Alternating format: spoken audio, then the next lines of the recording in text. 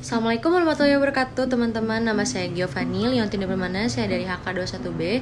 Di sini saya akan menjelaskan tentang mazhab-mazhab penalaran hukum, yaitu dalam materi mata kuliah argumentasi hukum dengan dosen pengampunya yaitu Bapak Rido. Nah, tentunya di sini ada beberapa mazhab-mazhab hukum, mazhab-mazhab penalaran hukum, yaitu yang pertamanya ada mazhab hukum alam, yang keduanya ada mazhab positivisme, yang ketiganya ada mazhab utilitarianisme, yang keempatnya ada mazhab sosiologikal jurisprudensi, dan yang terakhir ada mazhab pragmatikal legalism. Tentunya dalam kajian ontologi hukum alam dibedakan menjadi beberapa, terutama ada 3 macam, yaitu rasionalisme, irasionalisme, dan empirisme. Dan kita bahas yang rasionalisme. Menurut Hugo de Groot, hukum alam adalah rasio manusia karena karakteristik yang membedakan manusia dengan makhluk lain adalah kemampuan, yaitu dari akalnya. Seluruh kehidupan manusia yang berdasarkan pada kemampuan akal dan hukum alamnya, yaitu adalah hukum yang muncul sesuai dengan harapan manusia yang tidak dapat diubah oleh Tuhan, sekalipun karena hukum alam diperoleh manusia dari akalnya, tetapi Tuhan yang memberikan kekuatan mengikatnya. Adapun irasionalisme, yaitu dari Thomas Aquinas, berkaitan erat dengan teologia yang mengakui bahwa di samping kebenaran wahyu juga yaitu terdapat kebenaran akal atau penalaran daripada akal itu. Menurutnya ada 2 pengetahuan yang berjalan sama-sama, yaitu pengetahuan alamiah atau berpangkal pada akal, dan pengetahuan iman, yaitu berpangkal pada wahyunya. Dan ada yaitu yang terakhirnya empirisme. Empirisme menurut Locke, seluruh pengetahuan bersumber dari pengalaman manusia.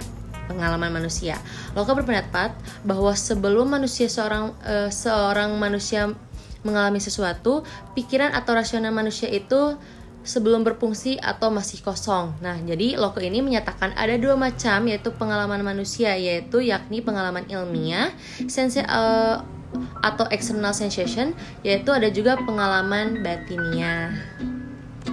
Setiap paham positifisme, setiap norma hukum harus eksis dalam alamnya yang objektif sebagai norma-norma yang positif, serta ditegaskan dalam wujud kesepakatan kontraktual yang konkret antara warga, masyarakat, atau wakil-wakilnya. Dan cara pandang hukum, yaitu undang-undang regulasi putusan hakim dalam 2 aliran dalam mazhab ini, yaitu legisme. Hukum harus bersumber tertulis, yaitu legisme. Hukum adalah undang-undang yang bukan undang-undang, bukan hukum.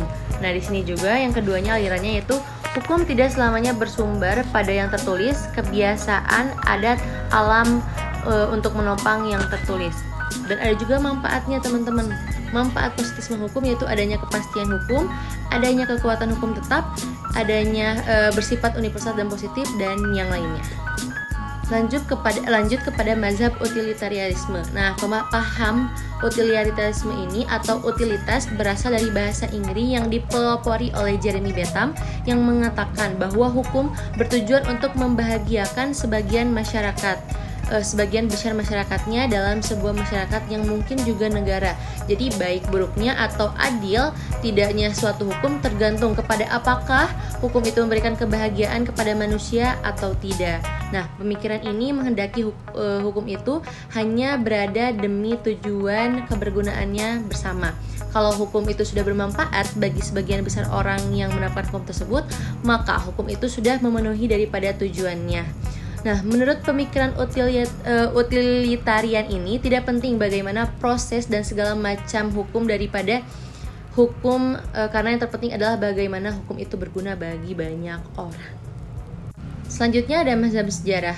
Kelahiran mazhab sejarah ini dipelopori oleh Friedrich Karl von Sapiegne tahun 1779 sampai 1861 melalui tulisannya yang berjudul Von Beruf Unserer Zeit für Gesetzbuch tentang pekerjaan pada zaman kita di bidang perundang-undangan dan ilmu hukum. Dipengaruhi oleh 2 faktor, yaitu yang pertamanya ajaran Montesquieu dalam bukunya L.S. Friedrich Lois, dan pengaruh paham nasionalisme yang mulai timbul pada awal abad ke-19.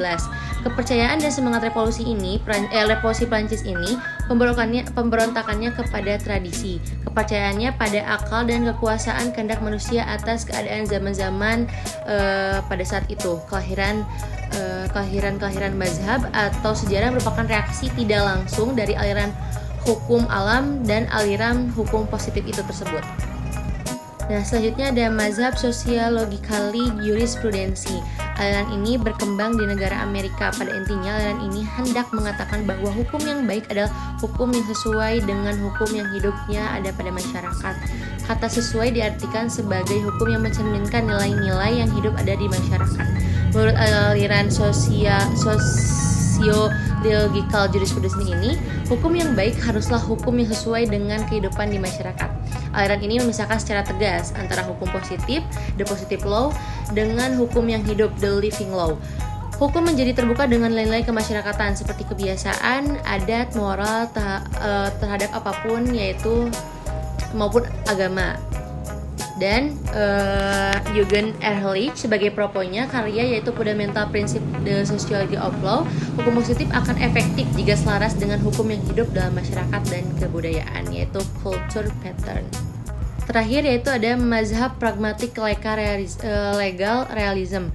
Gerakan realis mulai melihat apa sebenarnya yang dikehendaki hukum dengan menghubungkan kedua sisinya.